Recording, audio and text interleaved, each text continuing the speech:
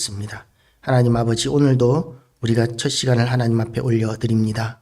2024년도를 우리에게 허락하신 하나님, 이제 2024년도 첫 새벽 예배를 하나님 앞에 올려드리오니 하나님께서 이곳에 오시고 좌정하셔서 우리의 예배를 받아 주시옵시며, 또한 오늘도 하나님께서 이 팽성 지역의 모든 어둠의 영들, 악한 영들을 진멸하시고, 그리고 또한 하나님께서 우리 교회 붙이기를 원하시는 일꾼들을 강권하셔서 우리 교회 예수 그리스도의 피값으로 세우신 너무나 존귀한 이 교회 일꾼들이 채워지고, 또한 사명을 능히 잘 감당하는 그야말로 하나님이 기뻐하시는 교회가 되게 하여 주시옵소서.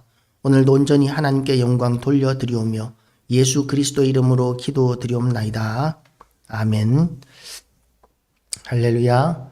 오늘도 하나님의 은혜가 우리 모두에게 가득하시기를 주님의 이름으로 축복합니다. 오늘은 현숙한 여인에 대한 이야기입니다. 현숙한 여인은 진주보다 귀하다. 지금은 진주의 값어치가 어느 정도인지 모르겠는데, 지금 성경이 기록되고 있는 이 시대에는 진주가 굉장히 값진, 가장 값진 보석으로 여겨지던 시대였다라고 이렇게 생각할 수 있습니다. 그래서 보석에 대한 여러 가지 말들이, 여러 가지 더 귀한 보석들이 있을 수 있겠지만, 가장 귀한 것을 이야기할 때 성경은 진주를 이야기할 때가 많습니다. 그래서 이 누가 현숙한 여인을 찾아 얻겠느냐, 그의 값은 진주보다 더하니라고 이렇게 말씀을 시작합니다. 이런 걸 보면 지금 이 시대에는 맞지 않는 것 같습니다.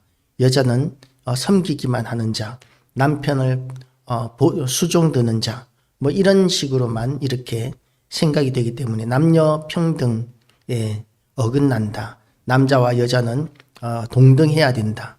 그렇게 여기면서 이제 남자가 하는, 여자가 지금까지는 전혀 하지 않던 일들에도 남자들이 많이 그렇게, 여자들이 많이 그렇게 이제는 하고 있습니다. 아주 큰 트럭을 운전하는 여자 기사에 대한 뉴스도, 보도도, 영상도 본 적이 있고, 그리고 또한 사업하는 여자들은 한둘이 아니죠. 그리고 또한 법관들 가운데서, 판사들 가운데서 이제는 남자들보다 여자들이 더 많아지고 있다고 합니다. 그전에는 법관은 전부 다 남자들의 전유물처럼 여겨졌는데, 지금은 여자 법관이 남자 법관보다도 더 많이 되고 있다고 이렇게 이야기합니다. 그래서 남자와 여자의 구분이 지금은 역전되고 있는 시대라고도 볼 수 있을 만큼 그렇게 여자들의 지위와 권위가 이렇게 올라가고 있는 것이죠. 그래서 이 성경의 남녀 관계에 대해서 이제는 고리타분하고 이제는 시대에 맞지 않다라고 생각하는 사람들도 있습니다. 그런데 우리가 명심해야 할 것이 있는데, 하나님께서 남자와 남자, 여자와 여자를 만들어 놓으셔서 그들로 생육하고 번성하게 할 수도 있었을 텐데, 하나님께서는 남자와 여자를 만들어 놓으셔서 그리고 그들이 결혼하고 그리고 이제 그들로 번성하게 하신 것이 하나님의 뜻이고, 그리고 아름다운 모습을, 아름다운 가정을 이루는 비결입니다. 어떤 교수님이 미국으로 갔더니 미국에서 남자 여자가 이렇게 너무 스킨십이, 지금은 우리나라도 스킨십이 지나치게 심한 시대라고 이야기할 수 있겠지만, 미국에서는 너무나 자유롭게 스킨십을 하기에 눈을 찌푸렸는데, 너무나 보기 싫어 하셨는데, 그런데 어느 날 학교에 갔더니 남자와 남자가 스킨십을 하고 여자와 여자가 스킨십하는 장면을 보니까 구역질이 나더라는 것이죠. 그렇게 구역질이 나는데 그 골목을, 그 블록을 지나고 나서 보니까 남자 여자가 어울려서 그렇게 스킨십하는 모습이 그렇게 아름다워 보이더라는 그런 이야기를 한 적이 있습니다. 그렇게 남자와 여자가 지나치게 공개된 자리에서 스킨십을 하는 것은 그야말로 하나님의 뜻에 어긋납니다. 왜냐하면 그것은 아내와 남편의 비밀스러운 영역으로 하나님께서 감추게 하셨기 때문입니다.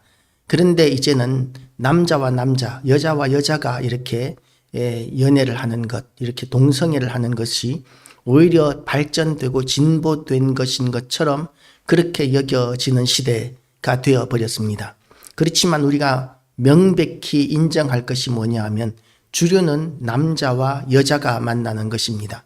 여자와 남자가 만나는 것입니다. 그런 모습이 아름답습니다. 그런 사람들이 대부분입니다. 그리고 동성애를 즐기는 사람은 사실은 소수의 사람들입니다. 그런데 세상이 어떻게 돼가려고 하는지 그 소수의 사람들이 오히려 목소리가 큽니다. 정상적인 사람들은 목소리를 제대로 키울 수가 없습니다. 동성애에 대해서 비판적인 이야기를 하는 사람은 그야말로 온 세상의 손가락질을 받을 정도로 그렇게 세상이 이상해져 버렸습니다. 우리나라는 동성애를 한다고 해서 처벌하는 법이 없습니다. 어떤 차별도 없습니다. 동성애를 한다고 해서 우리가 직장에 못 들어가는 법도 없습니다. 아니, 이력서에 아예 동성애를 물어보는 경우도 없습니다. 그런데도 불구하고 동성애에 대해서 이렇게 합법화, 동성애를 합법화하는 법을 기어이 통과시키려고 합니다. 그 이유가 뭐냐면 아직까지도 동성애가 용납되지 않는 부분들이 있는데 그 부분이 어디냐면 교회를 이야기할 수 있습니다. 교회 안에서는 동성애가 절대로 용납되지 않고 있는 것이죠. 그래서 교회 안에서까지 이 동성애에 대해서 비판적인 이야기를 할 수 없도록 만들기 위해서 그리고 동성애를 용납하게 하기 위해서 그렇게 주장하는 것 같습니다. 어떤 교회에서는 부목사가 동성애를 하다가 이렇게 퇴출되었다고 합니다. 그것 때문에 소송하기도 하고 그렇게 했었는데 또 어떤 목사는 게이 축제 때 그 게이 축제를 축복했다가 목사직에서 쫓겨난 목사직에서 해임된 그런 이야기도 있습니다. 아직까지 교회는 동성애를 용납하지 않고 있는데 그 이유가 뭐냐 하면 하나님께서 금하신 것이기 때문에 그렇습니다.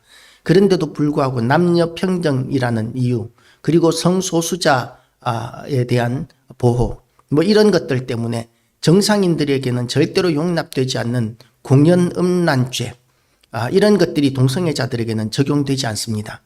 공공의 자리에서 거리에서 지나치게 신체를 노출하는 것은 공연음란죄로 처벌되어야 하는데 그런데 동성애 축제 기간 동안에는 그보다 훨씬 너무나 심한 상상도 할 수 없는 그런 적나라한 모습들이 너무나 많이 노출되는데도 불구하고 그것을 성소수자 보호라는 이름으로 오히려 국가에서 또 경찰이 공권력이 보호하는 이상한 말도 안 되는 역차별이 일어나고 있는 것이죠. 그래서 이 세상은 뭔가 이렇게 잘못되어 있는 부분들이 많이 있습니다. 그래서 남녀 평등을 주장하는 것은 중요합니다. 그래서 남녀 평등으로 말미암아 세상은 얼마나 많이 바뀌었는지 처음에는 민주주의가 귀족들에게만 투표권, 귀족 남자에게만 투표권이 있었는데 그 다음에는 모든 남자들에게 투표권이 있었으나 여자들에게는 투표권이 없는 시대가 있었습니다. 그런데 지금은 모든 여자들에게, 모든 남자와 여자 어른들에게 이제 투표권이 주어졌습니다.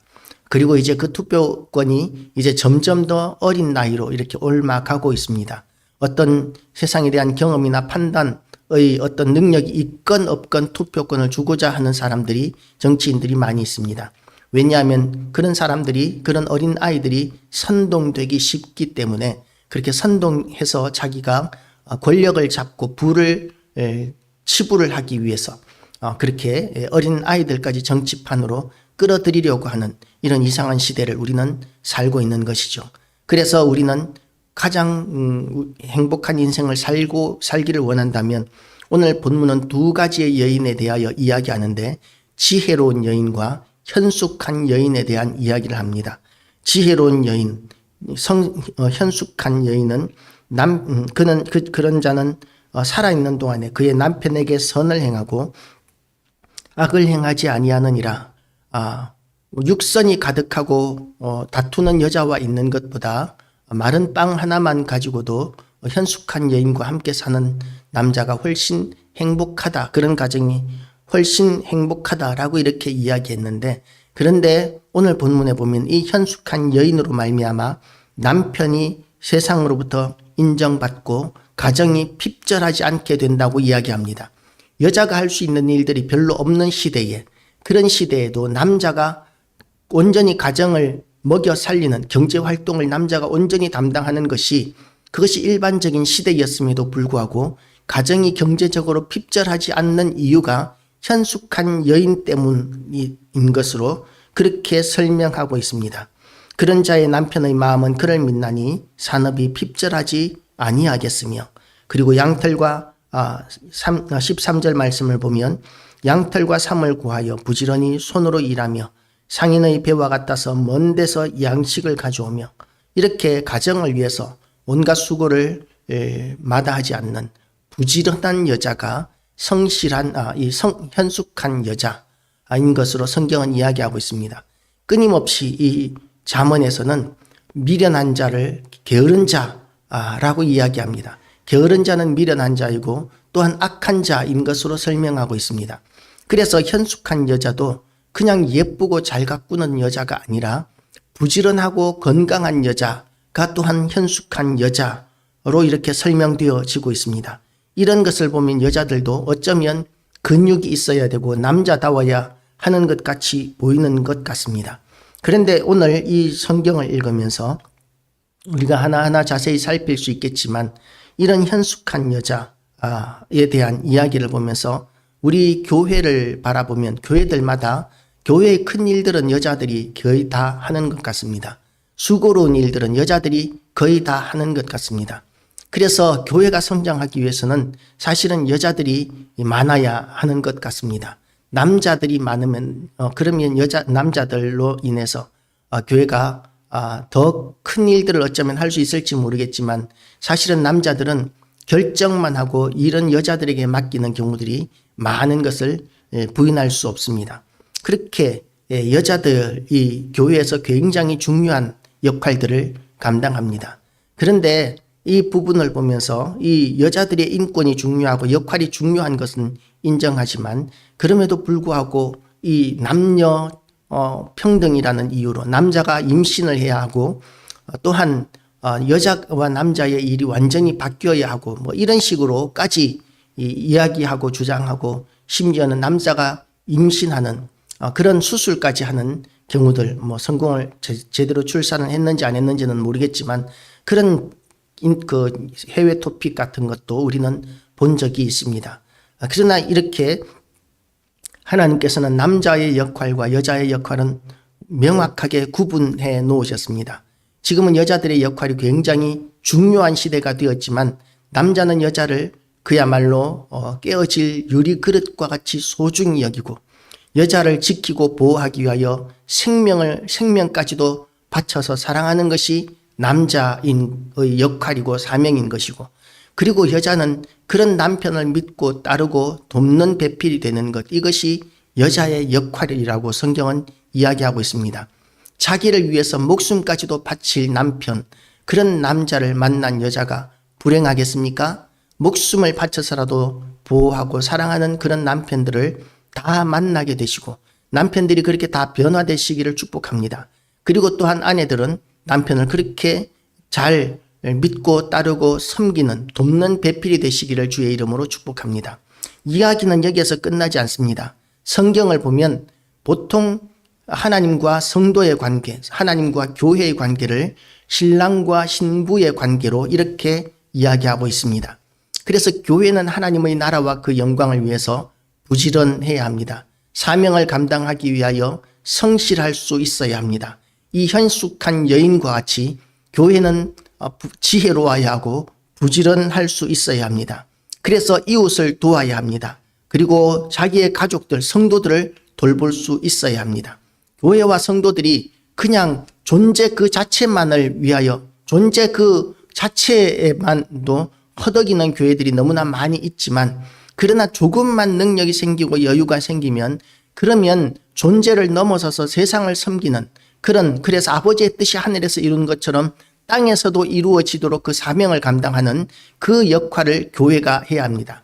그래서 예수님께서 말씀하신 것처럼 너희 착한 행실로 하늘에 계신 너희 아버지께 영광을 돌리게 하라고 말씀하신 것처럼 교회는 하늘에 계신 우리 아버지께 온전히 영광을 돌릴 수 있도록 선한 일을 해야 하고 착한 일을 해야 합니다. 성도들도 마찬가지입니다. 선하고 착한 일들을 교회가 감당할 수 있도록 교회를 섬기고 도와야 하는 것이죠. 그리고 또한 교회는 하나님의 하나님의 그 영광을 드러내기 위하여 그렇게 아름답고 현숙한 여인으로서 여호와의 말씀을 지혜롭게 세상 가운데 선포할 수 있어야 합니다. 그래서 귀한 좋은 말로 거짓되고 아름다운 거짓되고 된 것과 겉으로 꾸미는 것만을 드러내는 것이 아니라 여호와를 경외하는 모습을 세상 가운데 보여주고, 그리고 지혜로운 말을 세상 가운데 선포하고 구원의 말씀을 세상 가운데 선포할 그 사명을 감당해야 합니다. 그리고 또한 여호와를 경외하는 교회, 사람이 주인이 되는 교회가 아니라 여호와를 경외하는 교회가 되어야 합니다. 언젠가 제가 어릴 때 이야기입니다. 목사님이 이렇게 설교를 하는데 설교가 아니고 세례문답을 하는데, 그런데 세례문답하는 아이들에게 목사님이 이렇게 질문을 하셨습니다. 교회의 주인이 누구냐라고 이렇게 물었습니다. 그랬더니 아이들이 예수님이라고 이렇게 대답했습니다. 그랬더니 그 목사님이 뭐라고 이야기하시느냐 하면, 아니 그거 말고 행정적인 주인이 누구냐 다시 물으십니다. 그랬더니 대답을 못합니다. 아이들이 몰랐으니까요. 그랬더니 목사다라고 이렇게 이야기를 하더라고요. 잘못된 대답입니다. 잘못된 질문입니다. 교회의 모든 부분에서 교회의 주인은 예수님이십니다. 행정적이건 뭐건 간에 예수님이 주인이신데 목사가 주인이 되려고 해서도 안 됩니다. 그런데 그 교회 장로도 또 웃긴 것이, 그 장로님은 교회가 장로 교회이기 때문에 장로가 주인이지 않느냐라고 이렇게 주장하는 것도 들었었습니다. 장로는 장로가 주인이라고 그러고 목사는 목사가 교회의 주인이라고 이야기하는 그런 교회를 본 적이 있습니다. 그렇게까지 극단적으로 드러내놓고 서로 주인 행세하는 그런 교회는 그렇게 많지 않겠지만, 그럼에도 불구하고 실질적으로 하나님이 주인이 되시고 예수님이 주인이 되시는 것을 잊어버리고 사람들이 제 마음대로 교회를 이끌어 가고자 하는 그런 교회들을 우리가 쉽게 만나볼 수 있습니다. 예수님이 주인이 되셔야 합니다. 우리는 예수님의 신부이고 현숙한 여인과 지혜로운 여인으로서 주인이신 예수님을 잘 섬기고 하나님을 잘 섬기고, 그래서 하나님을 높이고 드러내고, 그리고 하나님께서 우리에게 주신 사명과 비전을 이루어 나가는 그것이 교회와 성도들이 감당할 일인 것이지, 주인 노릇하는 것이 교회의 지도자들이나 성도들이 그렇게 주장할 것은 절대로 아니라는 것을 우리는 명심해야 합니다.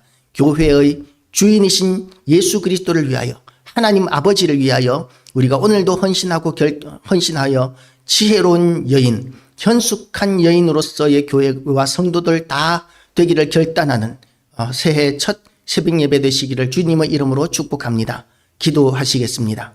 하나님 아버지, 오늘도 우리에게 은혜의 말씀 허락하여 주심을 감사드립니다. 현숙한 교회, 지혜로운 교회, 그리고 현숙한 성도, 지혜로운 성도 다 되게 하여 주시기를 원합니다.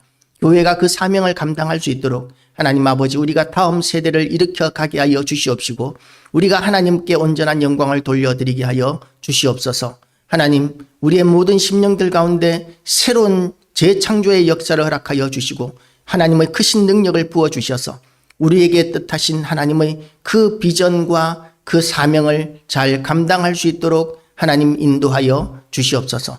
오늘도 우리 모든 성도들을 일일이 신방하여 주시기를 원하옵고 예수 그리스도 이름으로 기도드리옵나이다.